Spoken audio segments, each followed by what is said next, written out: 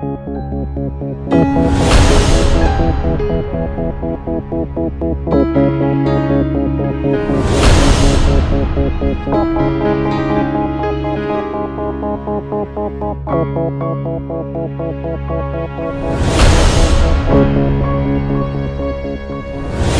বাইরে তো ঢাকার গাড়িতে উঠতে দেখলাম ভাই।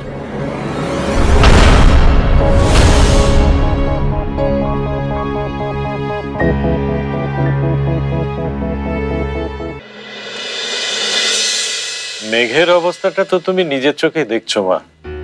এখন তাই বলে তুই এসব ভাববি? লোকে কি বলবে? একটা ক্রিমিনালের জন্য তুমি শুধু মানুষের দিকটাই দেখছো মা। রুমির মা, প্রিন্সিপাল সাহেবের ত্যাগটা দেখছো না, আমার মেয়ের কষ্টটা দেখছো না? আমি সব দেখছি আজগার, কিন্তু তুই কি করবি? রুমি কতদিনের জন্য জেলে চলে যাবে, তখন মেঘের কি হবে? আমি বলি কি, ওকে না হয় কানাডায় পাঠিয়ে দে, আস্তে আস্তে সব ঠিক হয়ে যাবে। ও মেনে নিতে পারবে না মা। ভালোবাসা ভুলে যাওয়া এত সহজ না। আমাকে দেখছো না, আমি কি ওদের মাকে ভুলে যেতে পেরেছি?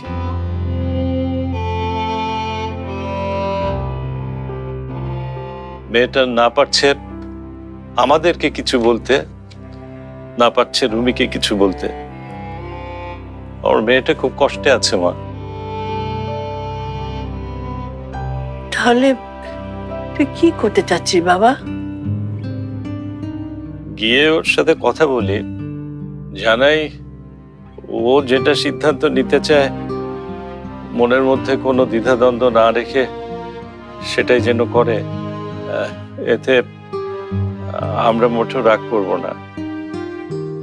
তাতে ও যদি রুমির জন্য অপেক্ষা করতে চায় করুক, যদি কানাডায় চলে যেতে চায় যেতে পারে, কিন্তু আমাদের কথা ভেবে নিজেকে যেন কষ্ট না দেয়। বলবো মা? ঠিক আছে, বল।